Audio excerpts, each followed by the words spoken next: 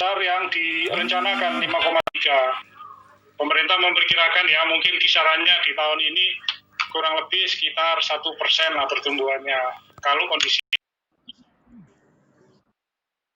dari sebelumnya gitu. Nah, dengan pertumbuhan yang 1% ini pun dibutuhkan defisit yang cukup besar 6,34% seperti yang saya informasikan di slide sebelumnya.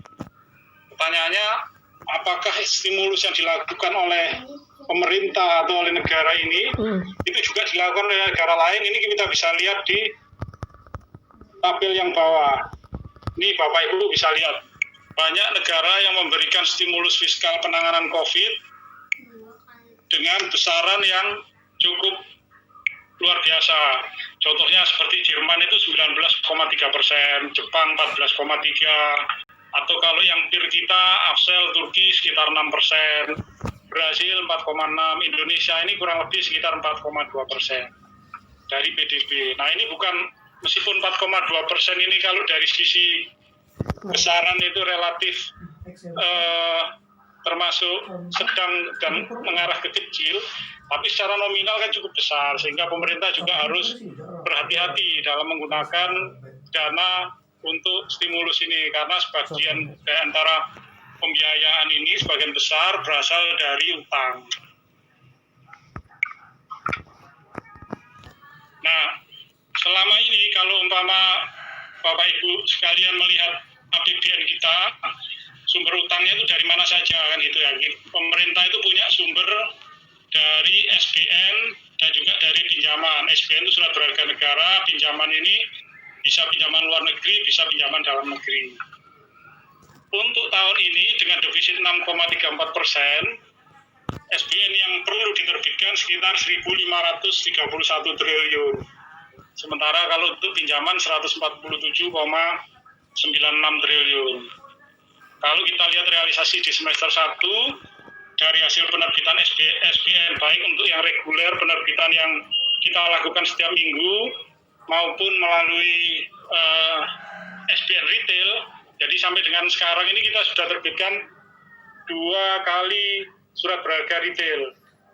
Yang pertama adalah suku retail 12, kemudian ada ORI, obligasi retail, obligasi negara retail, itu bulan Juli. Nah sekarang kita terbitkan lagi yang SR13. Kenapa kita harus terbitkan 2 kali? Yang pertama karena kebutuhan yang besar ini kita berharap bisa dipenuhi sebagian besarnya dari dalam negeri.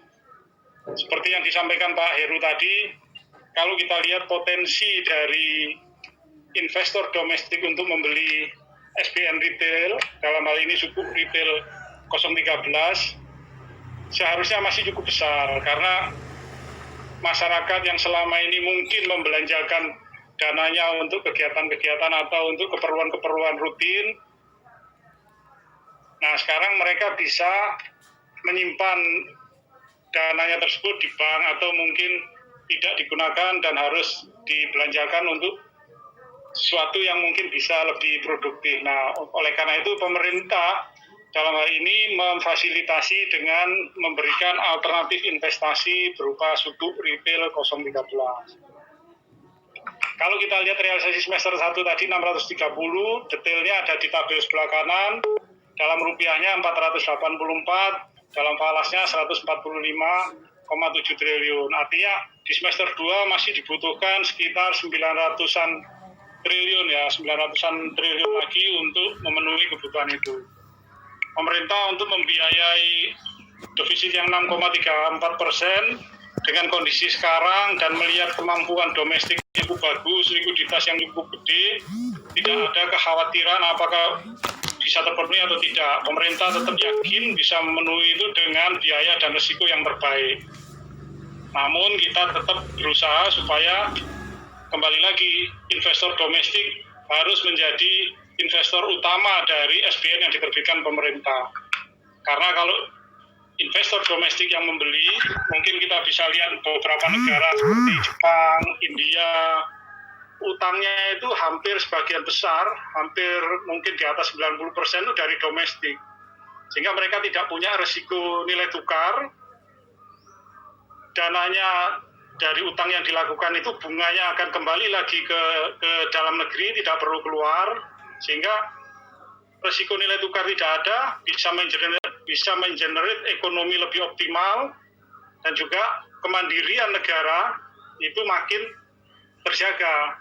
Dan untuk kedepannya, karena ini sumbernya adalah dari dalam negeri, maka manfaatnya akan kembali ke dalam negeri. Artinya ini adalah satu bagian dari strategi yang kita harus jaga, kita harus pertahankan supaya bisa terus berkesinambungan hingga masa-masa mendatang.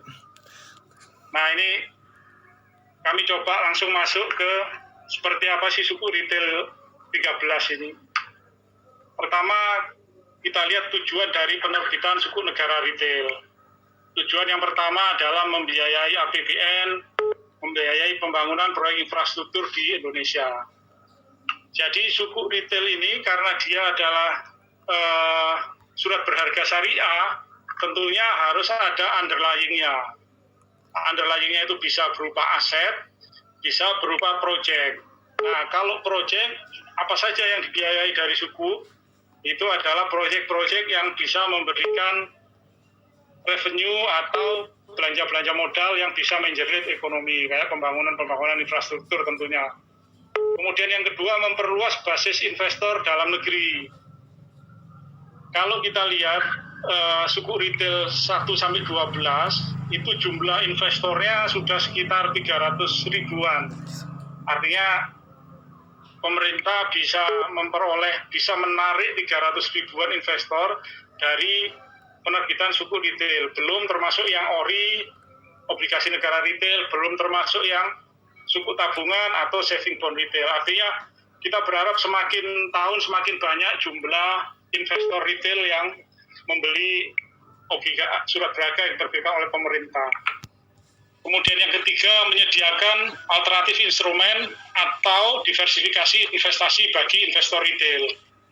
Jadi tidak hanya digunakan untuk membiayai APBN, ini juga memberikan kesempatan kepada masyarakat yang ingin berinvestasi.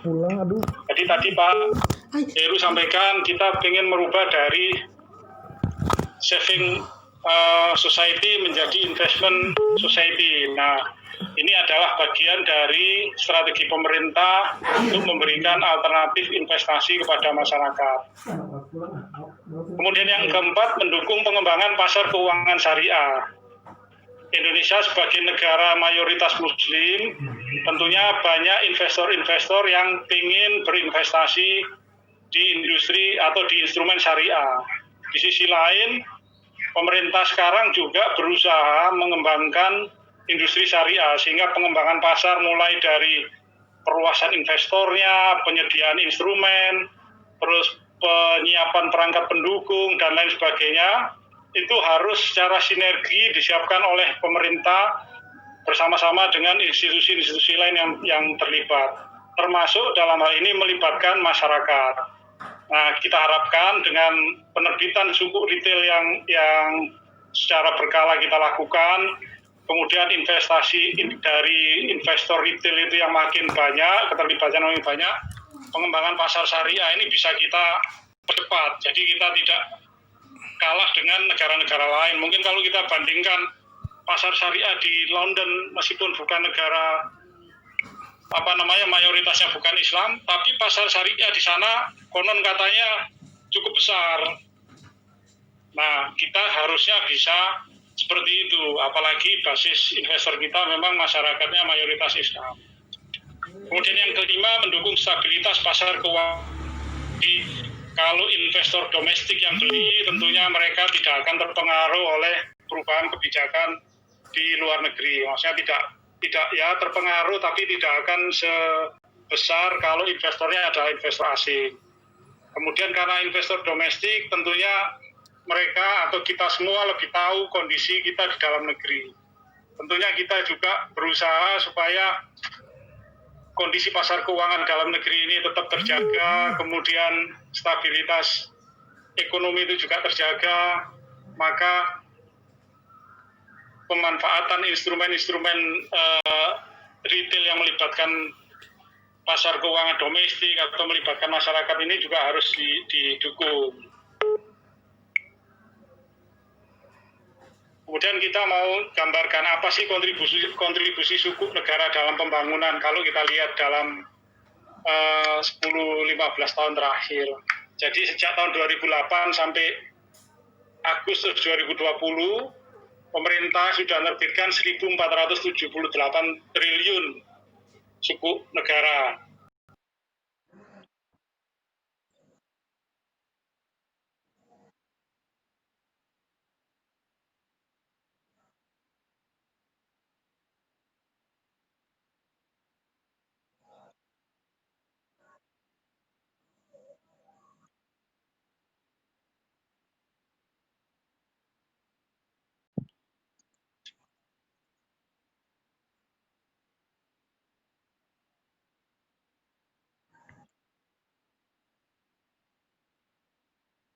Triliun.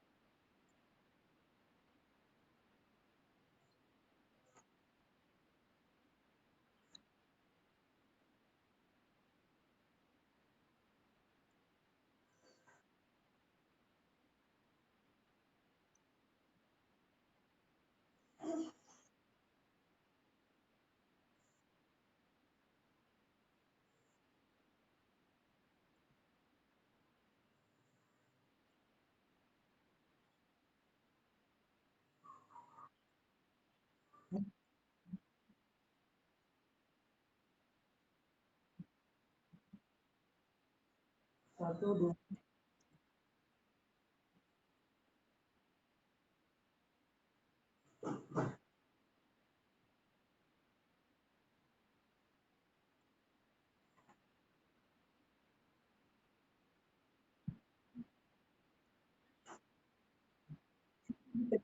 Saya bicara.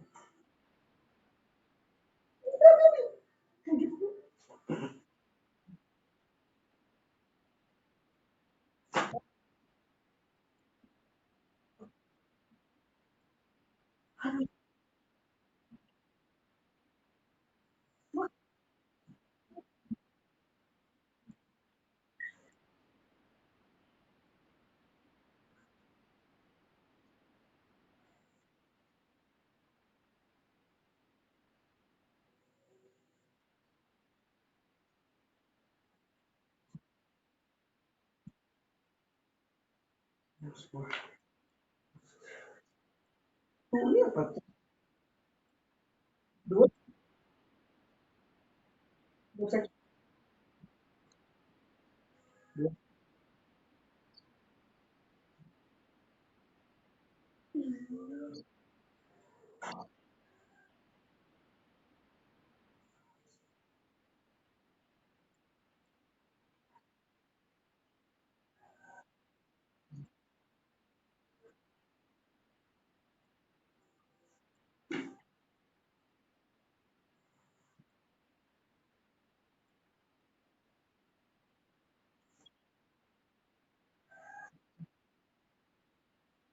Pembagian.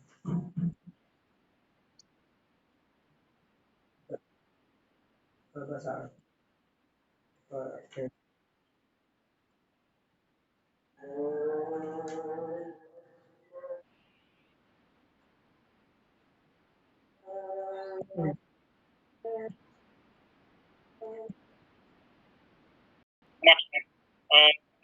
Yang lainnya baik tabungan, ORI, SDM, dan sebagainya dikhususkan untuk keluarga negara Indonesia.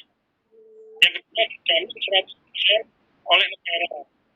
Jadi bunga maupun akan datang nanti jatuh tempo dijamin oleh negara. Jadi tidak usah khawatir apakah nanti bunganya akan dibayar pemerintah jauh atau tidak usah khawatir karena sudah ada undang-undang yang menjamin. 10 bagi 2. surat utang atau surat berharga negara yang diterbitkan oleh pemerintah, dan alokasinya juga ditetapkan di dalam APBN setiap tahun. Kemudian imbalan sebesar 6,5% per tahun dan dibayarkan sebulan. Ini relatif mirip dengan deposito. Nah, apakah imbalan 6,05% ini benar atau tidak? Karena bandingannya dengan pembayaran yang berbeda dari deposito, dapat kami informasikan deposito sekarang ini di bank BUMN paling sekitar persen atau kurang, karena sekarang lagi banyak, terus inflasi lagi gede, kemudian Jepang juga diperkirakan dalam 2-3 tahun ke depan kondisi kita baik domestik maupun dari global itu juga banyak. Kita melihat bahwa ke depan ini sebetulnya bisa jadi akan harapannya karena kalau suku bunga turun ekonomi akan bergerak lebih bagus, pertumbuhan ekonomi akan bisa lebih besar dan lain sebagainya. Kita berharap itu yang terjadi. Pemerintah juga melakukan langkah-langkah seperti itu yang sekarang bisa kita lihat hasilnya. Salah satunya adalah inflasi yang rendah. Jadi selama ini inflasi kita mungkin sekarang sekali bisa di bawah 4%. Nah, sekarang kan hanya sekitar 2%-an, 2%-an secara inflasi. Nah, kita harapkan itu bisa kita jaga supaya inflasinya lebih rendah, sehingga biaya bagi pinjaman atau biaya utang juga nanti turun. Kemudian jangka waktu 3 tahun sesuai syariah. Jadi untuk bapak ibu yang memegang prinsip syariah adalah instrumen yang sudah sesuai dengan ketentuan syariah dapat diperdagangkan di pasar sekunder. Nah, kemudian pesanannya 1 juta dan maksimum 3 miliar. Jadi kalau yang ingin belajar dulu di pasar modal, belajarnya coba dulu kalau ada modal 1 juta, beli retail ini 1 juta, kita dapat bunga, bisa juga diperdagang di pasar sekunder karena ada capital gain, jual meskipun capital gainnya tidak terlalu gede, tapi sekali itu bagian dari investor pemula belajar seperti apa sih kalau kita investasi di pasar modal itu. Ini adalah kondisi dari retail syariah sampai 13 relatif semakin besar relatif sama dengan yang sebelumnya. Penerbitnya adalah pemerintah, bentuknya pasar warga. Nah, masa penawarannya itu kurang lebih 1 bulan dari 8 Agustus sampai 23 September. Jadi kalian tertarik bisa segera masuk ke tanam bibir. Karena caranya kalau saya membeli untuk masa penawaran juga mudah-mudahan jalan seperti proses, jalan seperti ID dan dapat jatahan untuk suku retail. Kemudian dari sisi suku retail ini dapat dijalankan penetapan hasil penjualannya 28 September dengan settlement sesudahnya 30 September. Jatuh tempo 3 tahun dengan imbalan 6,5%. Kupon pertama nanti tanggal 10 November 2020. Jadi kalau investasi katakanlah 100 juta 6,5%, kurang lebih kan sekitar 6 juta 1 tahun. Kalau dibagi 2 juta berarti kan kurang lebih sekitar 500 ribu ya. 500 ribu potong pajak 15%, kurang lebih seperti itu. Kemudian untuk dapat di sana bisa disampaikan akan naik kalau aset mobil dan adalah proyek dalam APBN 2020 dan barang milik negara. Jadi nanti Bapak Ibu tidak hanya mendapat revenue, tapi juga terlibat dalam pembangunan negara yang nanti manfaat dari pembangunan itu kita sendiri yang merasakan. Nah, ini timeline dari penerbitan suku retail itu. Jadi penetapan kupon pada 26 Agustus kemarin, masa penawaran sudah disampaikan.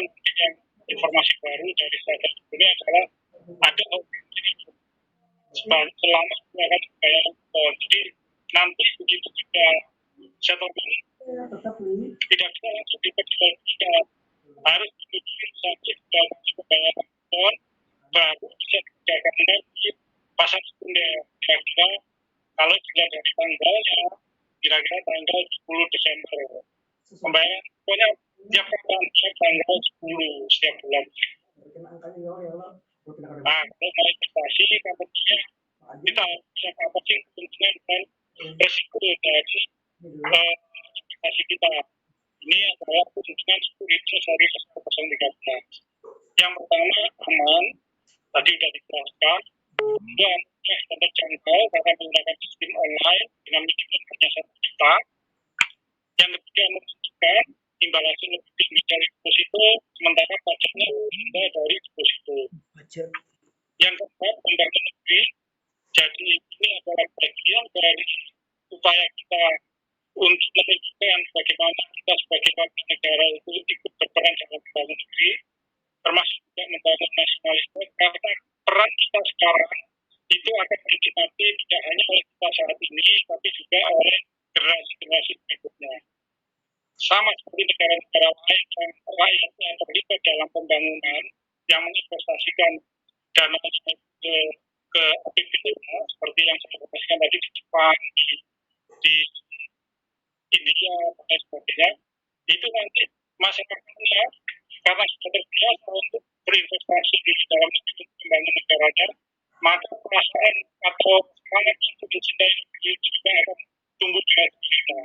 Ini yang salah satu yang juga kita harapkan dari penerbitan SPN manajemen investor domestik. Yang kedua sesuai kebutuhan jangka waktu investasi 3 tahun, ini kurang lebih kalau secara umum dalam waktu 3 tahun masyarakat sudah bisa menyesuaikan apakah perlu kita pegang sampai jatuh tempo atau kita jual lagi, itu banyak dia. Yang kedua sesuai syariah, ini sesuai dengan prinsip yang ditetapkan oleh Dewan Syariah Nasional Majelis Ulama Indonesia. Nah ini sebetulnya kalau tadi kita kepentingannya banyak, ada sekitar resikonya juga. Yang utama adalah resiko gagal bayar. Oke, apakah ini akan terjadi? Resiko gagal bayar itu ketika kantor penerbit melalui pemerintah untuk membayar utang atau mengembalikan pokok obligasi. Kalau kita lihat spending appropriation atau mungkin ketentuan yang menjamin adanya pembayaran 100% oleh pemerintah, maka bisa dikatakan ini tidak ada risiko gagal bayar. Jadi kapan bayar berapa pokoknya itu sudah diproduksikan di pemerintah. Jadi kita bisa bilang bahwa hampir tidak ada risiko gagal bayar di. Kenapa kok tidak kita bilang pasti semua sudah bayar tahu, kita nggak tahu negara apa namanya katakanlah kita bisa bayar itu kan baru nanti kita bayar cara bayar, tapi nggak semua berharap bahwa negara ini tetap akan ada sampai kapanpun, sampai diangkat, sampai semua apa namanya bisa menikmati anak kita. Kita tidak perlu khawatir dengan resiko. Yang kedua, likuiditas atau likuiditas ini adalah potensi kerugian. Kalau sebelum jatuh tempo pemegang security ini perlu dana tunai, sehingga ingin di pasar pada harga yang wajar. Nah, karena kita sudah antisipasi, kita sudah ke mitra distribusi supaya bisa mengakomodir dengan investor yang memerlukan kita secara cepat dengan harga yang wajar. Jadi nanti investor bisa menjualnya melalui bisnis atau bank atau lembaga yang setuju dengan kebutuhan dan pendapatan yang baik. Yang ketiga, risiko pasar itu risiko nilai tukar dalam tingkat bunga, karena dalamnya tidak ada risiko nilai tukar ada di tingkat bunga. Risiko pasar itu adalah potensi kerugian apabila terjadi kenaikan suku bunga yang menyebabkan harganya turun di pasar sekunder. Nah, kalau ini terjadi, katakanlah tadi itu juga melewati masa rekrutmen, ternyata harganya di bawah 100%. Ya sudah, nggak usah dijual, dipegang aja, toh dapat bunga juga setiap dapat satu balas kan bulan kan sampai ada tempo. Cuman selama ini pemerintah ketika menerbitkan surat berharga negara itu selalu memberikan apa namanya semacam sweetener. Artinya kalau kita bandingkan dengan seri SF, seri BBM, obligasi kita terbitkan secara reguler, baik itu yang suku maupun suku, tingkat imbalannya lebih menarik pada yang masuk pada kita. Jadi tingkat imbalannya sedikit lebih tinggi, lebih menarik, tapi pembayaran kalau yang bulan sekali ini setiap bulan. Jadi kalau di total jadinya selisihnya lumayan gede dibandingkan dengan yang tapi kenapa pemerintah ini? Sekali lagi karena itu adalah bagian dari strategi pemerintah untuk memberikan alternatif investasi dan dalam jangka panjang antara mengembangkan pasar SDN domestik. Ada biaya yang harus dibayar oleh pemerintah untuk kepentingan yang lebih besar. Itu yang menjadi salah satu pertimbangan dari pemerintah memberikan ini. Nah, ini perbandingan antara suku retail dengan produk lain. Ada deposito, reksadana, dan saham. Ini Bapak Ibu bisa baca di slide ini seperti apa sih perbandingannya dari sisi return, kemudian di pasar sekunder seperti apa, kinerjanya atau tidak, kemudian apakah ada jaminan pemerintah atau tidak, ini bisa kita lihat sendiri, baca seperti apa juga kita bisa lihat. Nah, ini bagaimana kita investasi di tubuh retail dari 2013, nanti detailnya Bapak Ibu bisa langsung datang ke Tanam Bukti, mungkin bisa konsultasi ke Pak Gajar atau ke Pak Gajar, karena caranya kalian masih baru. Tapi kalau yang sudah biasa investasi di SPMT, tentunya akan jadi masalah. Jadi prosesnya seperti ini, mulai dari registrasi, pemesanan, pembayaran, sampai nanti konfirmasi kepemilikan SDN retail melalui tim elektronik yang Moody's. Nah, dalam kebijakan ekspor kita kali ini, pemerintah menunjuk 31 mitra distribusi. Salah satunya adalah Tanam B sebagai perusahaan efek khusus. Jadi, Bapak Ibu semuanya bisa pilih dari 31 distribusi di apa namanya dijadikan untuk berinvestasi suku retail. Tapi tentunya Bapak Ibu akan memilih dari mana Bapak Ibu kenal. Artinya kalau tanam bibit maka tentunya seandainya investasinya harus tanam bibit. Mungkin Bapak ini pajak karena suka pajak secara atau misalnya kalau seandainya saya apa namanya juga kan tergantung dari Bapak Ibu masing-masing lebih enak industri transmisinya. Tapi intinya pemerintah seluruh mungkin melibatkan untuk bisa mendukung kebijakan ini. Kemudian yang terakhir adalah opini dari Pak. Jadi sebagaimana ketentuan dalam setiap kali penerbitan suku retail ini harus memperoleh opini syariah dari DSMMB. Jadi kalau melalui surat nomor D470 tahun 2020 DSMMB menyatakan bahwa aspek dokumen dengan pendidikan suku negara retail ini tidak bertentangan dengan kondisi syariah. Jadi Bapak Ibu yang ingin berinvestasi di instrumen syariah tidak perlu khawatir terkait dengan kesyariatan dari instrumen ini. Mungkin dari saya sementara itu dulu saya kembalikan ke Pak Fajar. Saya ucapkan terima kasih kepada Bapak Ibu sekalian atas perhatiannya. Wassalamualaikum warahmatullahi wabarakatuh. Waalaikumsalam warahmatullahi wabarakatuh. Oke. Terima kasih atas pemaparannya, sangat-sangat komprehensif. Saya kasih terkait dengan struktur SR 013 terkait dengan kebutuhannya dan juga mekanisme pembayaran uangnya tentunya investor biasanya paling penting itu pemanfaatannya tentunya pastinya menguntungkan dan juga tentunya belinya apalagi yang semuanya transaksi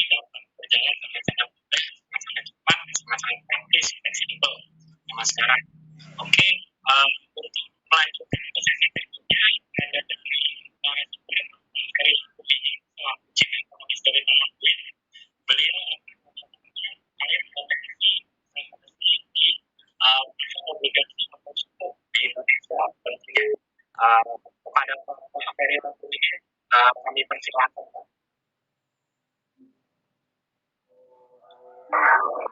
Selamat siang teman-teman sekalian, selamat siang teman-teman narasumber. Terima kasih kesempatan kepada saya.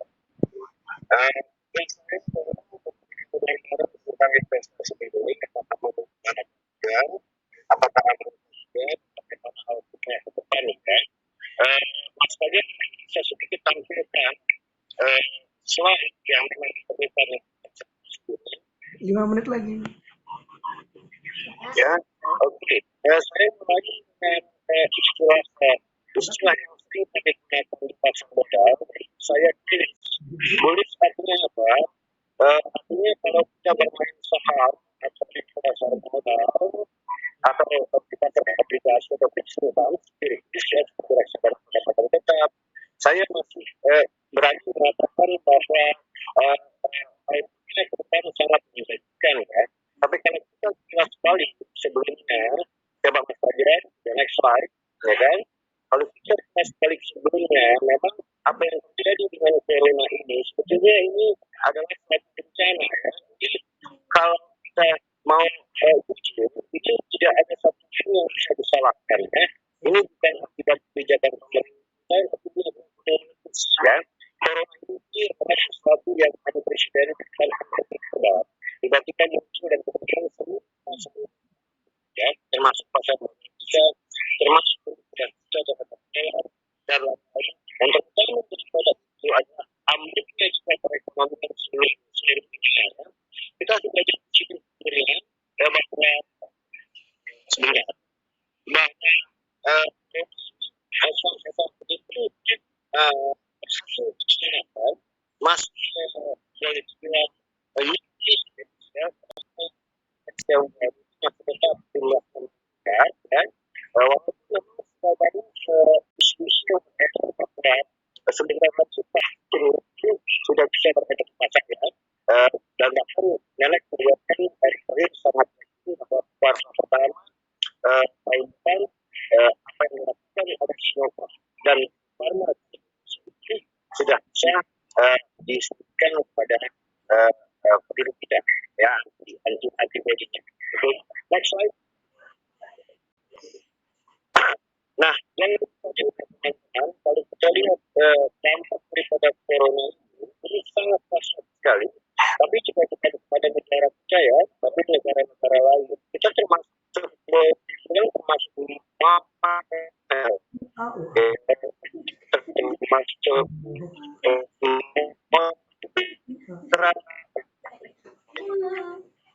ya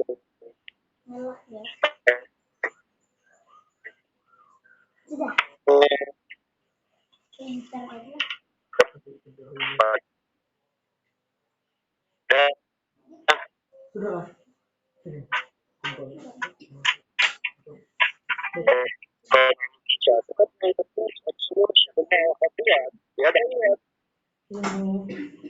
Ini pasal pada menyatakan halo, kita lihat kata pertama kata ketiga akhirnya kita punya kalau nggak salah ini 10,9%, sementara kita lihat SR, UR, juga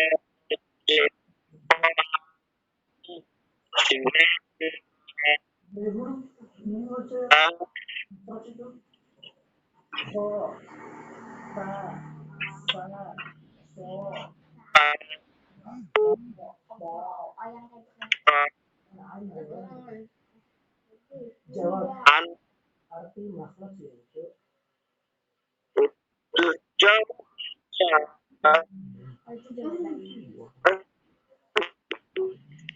dampak negatifnya dibandingkan next slide. Dari sini serata sekitar 5% dalam negara prinsip di bawah persen yang pakai SPP kalau masalahnya. Tapi masih sedikit yaitu sekitar 5%. Itu pertama kita pertama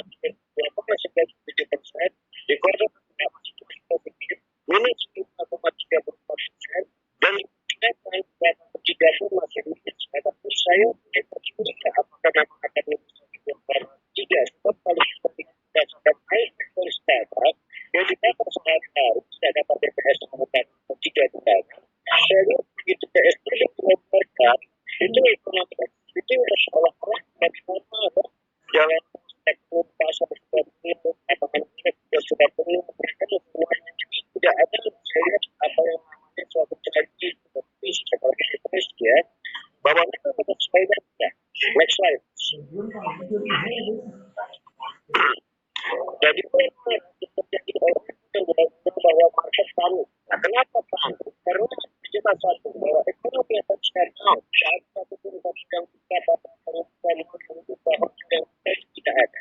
Pastilah market share dari satu kecil orang kemudian 500 ke 18 sulit sama saya dari 3.900 dan nah setelah itu ada rebound dan sekarang dikatakan dari 300 sampai 400 jadi kalau nggak salah 400%. Nah, tentu siapapun yang ada tadi bahwa pada pasar itu sendiri pasar itu tidak punya sampai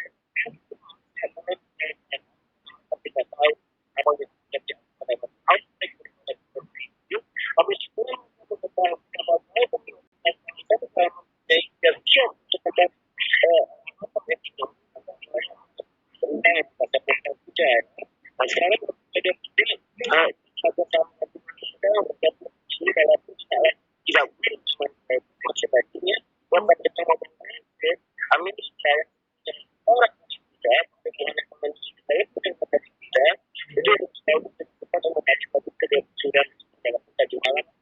dari tempat tercapai poin secara besar ya. Tapi poinnya adalah bahwa pasar modal, pasar keuangan ini saya kasih lagi. Next slide. Sudah. Oh, Next slide. oke. Halo. Next slide. Ah, ini next slide. Kuantitatif easing.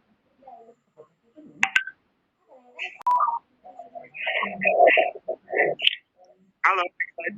Jar. Oke, di sini kita lihat bahwa kita dalam beberapa harga saham dan saham modal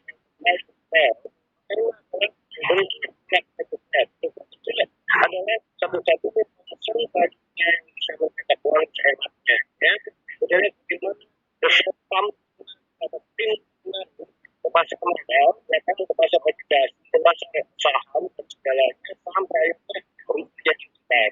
Balance dengan kita sampai 7,1 juta dasar dan kita mengerti ya. Nah, artinya daripada pengapahan kita besar kepada ya pembantu baru. Nah, tapi kembali ke persoalannya adalah bahwa kita memang ada tinggal dan peserta ya dengan dan karena kita harus sadar bahwa kita tidak punya kemampuan, kita tidak punya kemampuan kualitas seperti kita ya. Tapi saya pikir sebetulnya bahwa melakukan apa yang dan next slide. Bagaimana kita kapasitas dan kapasitas harus ya kalau anda kita harus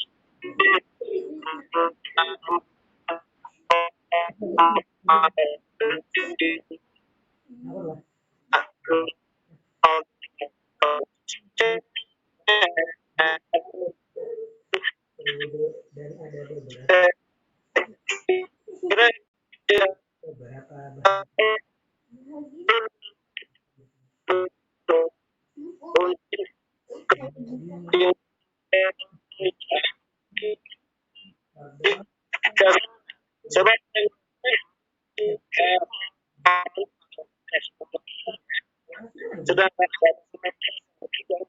habisin Mas Dore pada dasarnya. Saya itu melakukan habisin istiwa hati sholat di pada habis sampai situ dulu.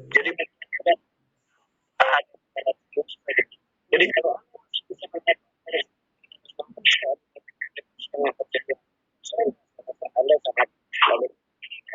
jadi tren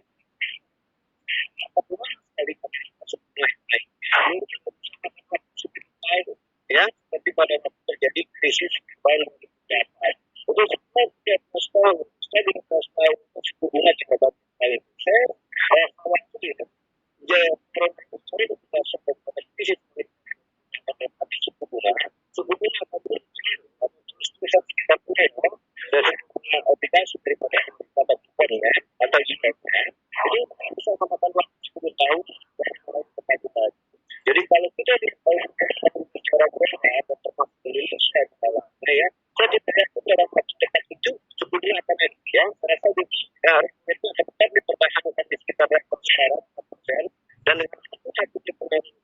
pada satu nanti cacat imbas daripada undangnya sebetulnya ya pada saat itu saya kira masih ada space bagi PDI, masih ada waktu bagi PDI, tetapi terus kita saya sesuatu yang terjadi saya dari sini itu kan suatu kita lihat dia memang dan menurut saya berarti saya setidaknya kita sampai 1 tahun kenapa ada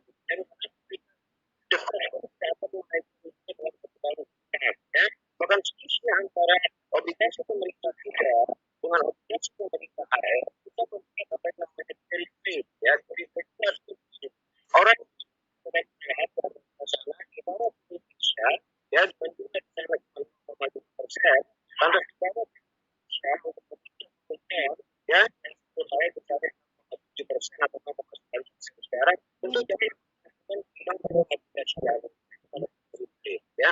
Nah, apa yang mengatakan dan sebetulnya akibat perbedaan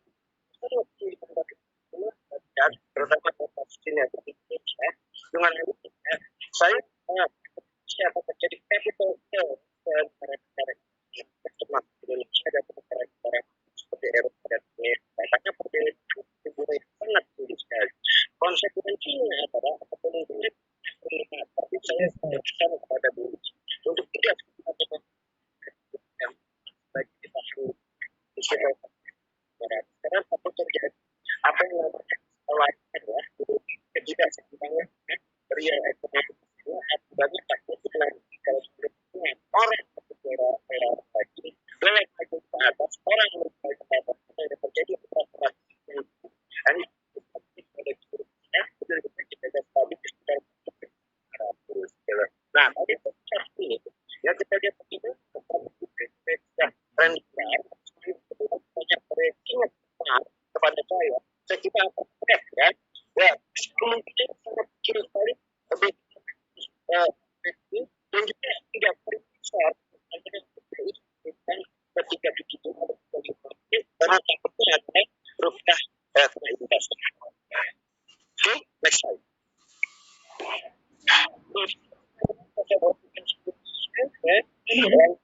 Spread dan dari semua ya kan walaupun bisa tapi di sini kan dapat spread yang memang hari ada obligasi kita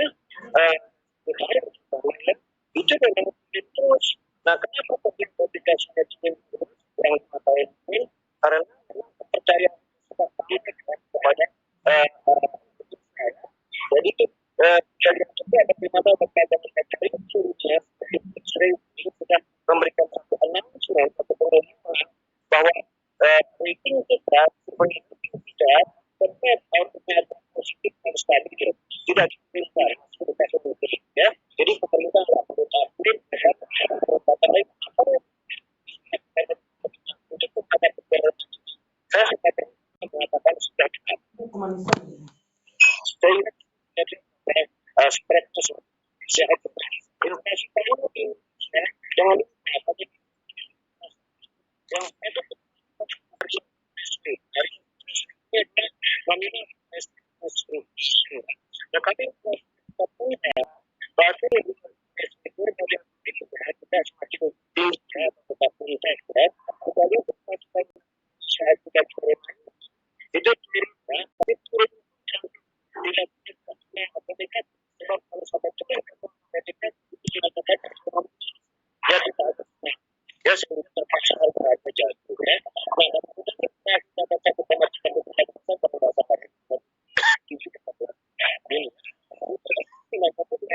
memang artinya sangat wajar sekali dengan cara pada inflasi berada di sekitar 1,3%.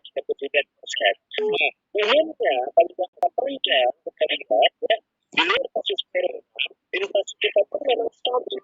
Ini kenapa? Ini akibat kebijakan BI dan Indonesia yang namanya jadi memang yang stabilitas harga komoditas atau harga barang service. Dan terkonfirmasi karena apa? Karena kita lihat rata-rata inflasi kita itu 3-4%, ya. Sudah kembali ke dasar seperti Amerika Latin yang bisa 1%, ya, dan sebagainya. Nah, begitu kita katakan di situ bahwa bank sentral kita berhasil dengan inflasi barunya. Nah, output ke depan kita kalau kita rumus seperti produk bahwa inflasi cuma 1,39% sudah saya rasa tidak normal, ya. Wajib artinya apa? Artinya ekonomi kita tidak parah. Kalau pada ini kita parah cuma itu masih bisa dikatakan negatif. Terjadi inflasi tidak ada, ya, karena karena kita tadi 1,3 dari persen dari kasat mata pada sekarang pasar pasar tidak berubah tidak ada goreng zaman dan segala macam. Saya kira kita harus mulai on the right track, ya, kembali ke arah normal dalam aktivitas ekonomi. Next. Perbandingan dengan negara lain yang saya sendiri, ya, saya kan sampai Jerman sampai ada interest rate. Nah, artinya apa? Kita memang bukan jaga kedua malah kita harus bayar tunai itu sekali. Ya. Kondisi yang sama sekali tidak pernah terpikirkan 10 tahun yang lalu. Ya. Nah, jadi ini bisa dikira paling apa? Begitu parah kondisi sebenarnya sampai beberapa negara seperti ya, jadi satu mereka yang terjadi dari artinya kalau kita tapi kita supaya intinya seperti itu. Tetapi ini kedua has different story, ya, has different story. Jika di Indonesia masih menerima, saya kira juga artinya ke depan sangat bagus sekali. Karena bisa terjadi satu konsep Indonesia. Next. Ya, next. Oke. Yang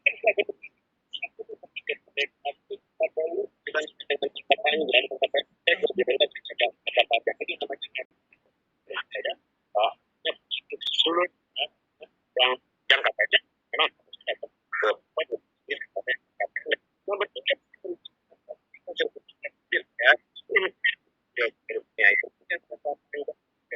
dibandingkan dengan jangka pendek itu next year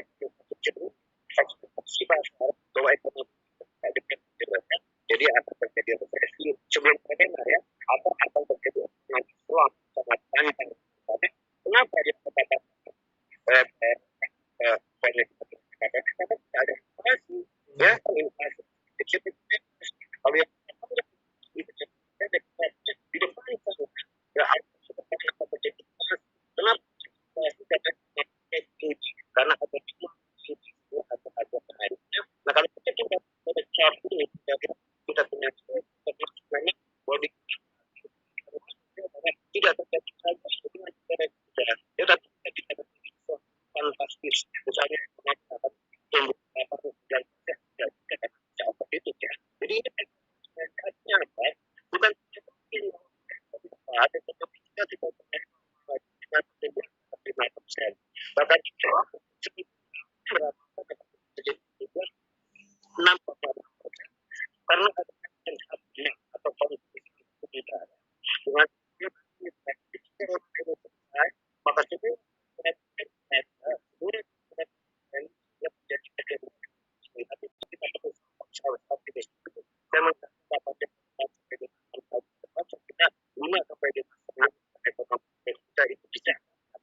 ya, dalam kita artinya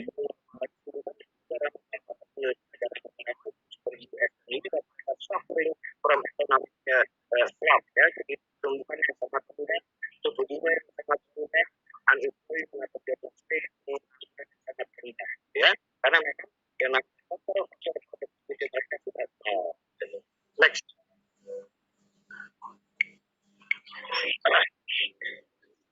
Apa dikatakan di sini bahwa masa depan kita juga berakhir saat kemungkinan besar, ya, ada kemungkinan besar, ya, deposito yang besar.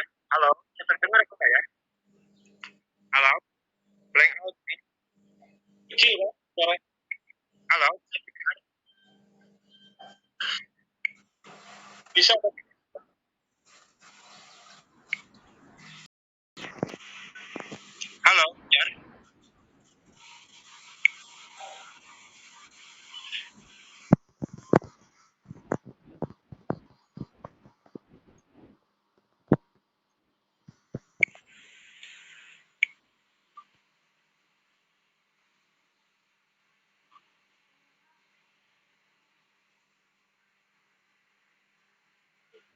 Bapak Ibu kita tulis benar, Bapak PDKP sedang melakukan rekoneksi kembali.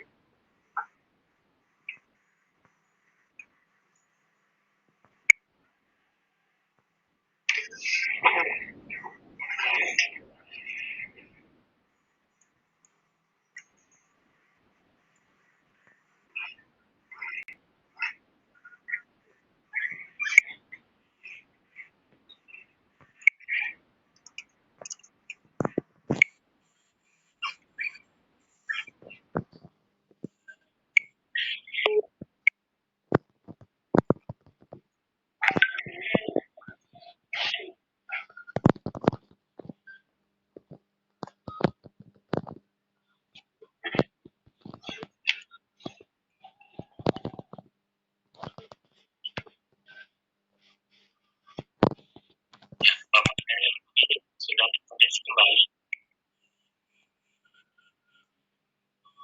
Monggo Pak.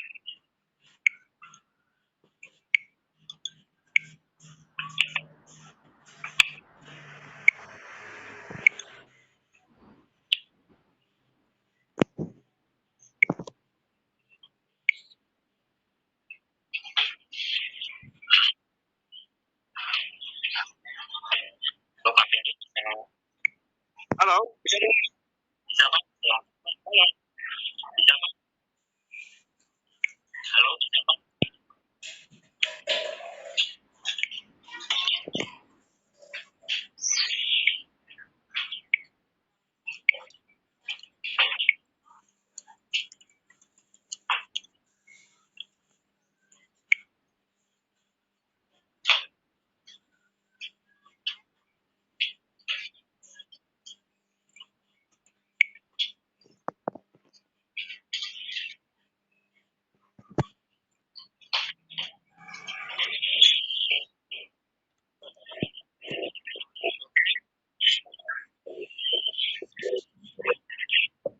Halo, bisa Pak? Oke, saya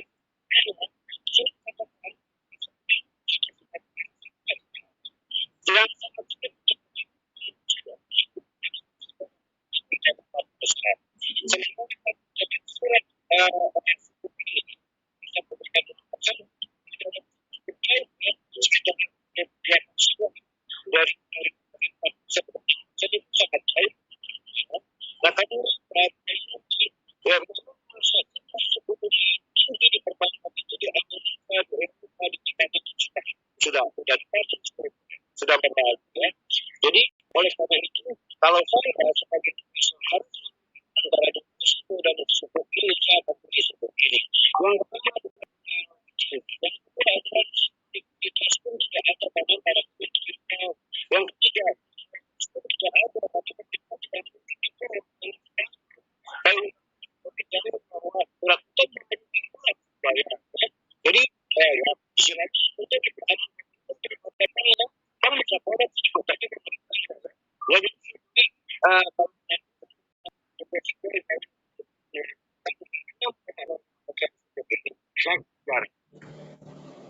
oke, saya rasa itu paparan dari saya kepada teman-teman semua.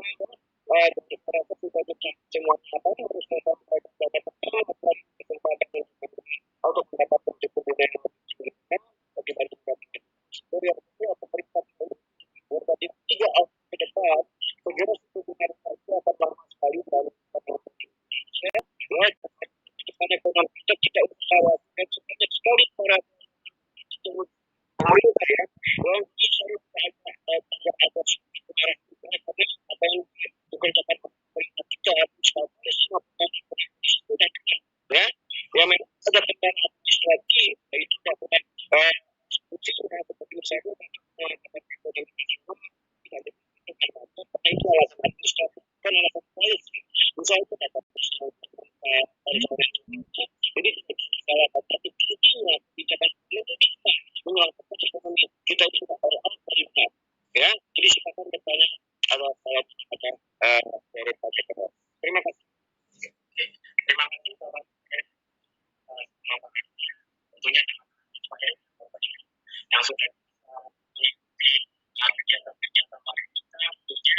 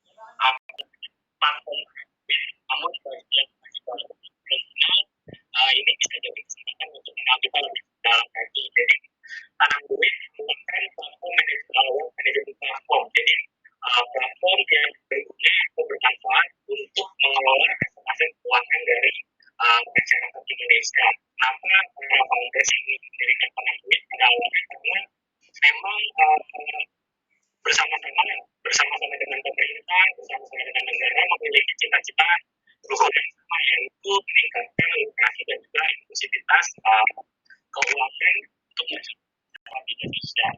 Ditambah ketika aplikasi bisa dibuat secara mudah di Sampai Play Store, iOS, sama App Store, bisa saja nanti juga kemudian aktivitasnya berasal dari aplikasi itu bisa dieksekusi lalu aplikasi. Jadi nasabah-nasabah para investor tidak perlu lagi repot dan campur atau transaksi melalui telepon dan sebagainya. Di produk-produk yang ada di kami kami akan melakukan platform, jadi kita ada beberapa kategori produk yang tujuannya untuk memenangkan kekayaan aset kita. Yang pertama ada reksadana, kemudian ada yang dari sisi investasi ada reksadana, surat berharga negara dan emas. Lalu dari sisi proteksi kita juga ada insurance. Nah, untuk sesi kali ini kita akan fokus ke surat berharga negara.